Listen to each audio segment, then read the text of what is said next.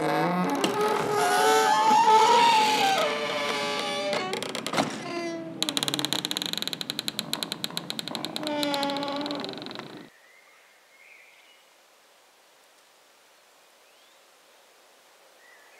quarter of all industrial cities is shrinking, yet they're not disappearing completely.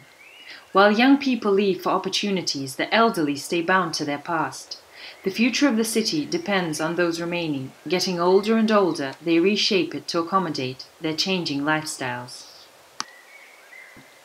With the closure of the last university in the city in 2017, the brain drain worsens, leaving behind a shrinking city. The population will grow older, just like the buildings, which have become the perfect set for adventure games. When the last textile factory closes, the municipal budget shrinks dramatically. This will result in buildings and infrastructures decaying and being colonized by fauna and flora. People drive around in cars made out of pieces of scrap vehicles. Poverty and unemployment will increase, but citizens will fight financial strain by growing and hunting their own food. In the summer, the tourist season, the great-great-grandson of the mayor during Tsar times organizes taiga adventure tours, which include illegal entry to the abandoned factories and estates. The elderly will try to increase their income by repairing and upcycling scrap and turning to alternative healing since they can't afford conventional medicines. A high-tech factory, Neo-Technochipi, will settle very silently in the forests. The production requires very little manpower.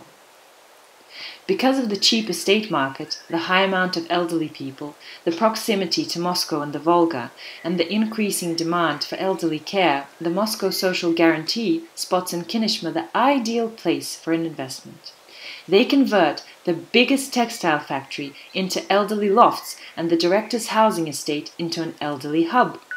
The resort provides advanced healthcare and a series of activities to contrast age-related diseases on the Volga riverbanks. Nurses will flock to Kinishma.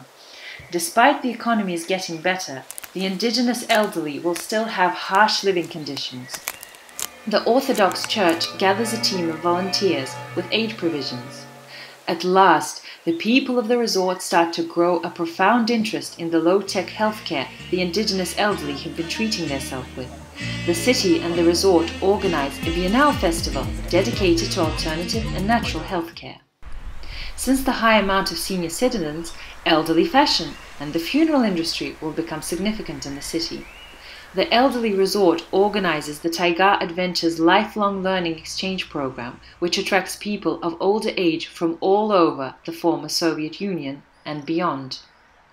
The absorbing power of Moscow has lowered its strength. Remote working allows some of the workers in the third sector of Moscow to move to Kinishma, attracted by the possibility to live closer to their grandparents in a natural environment.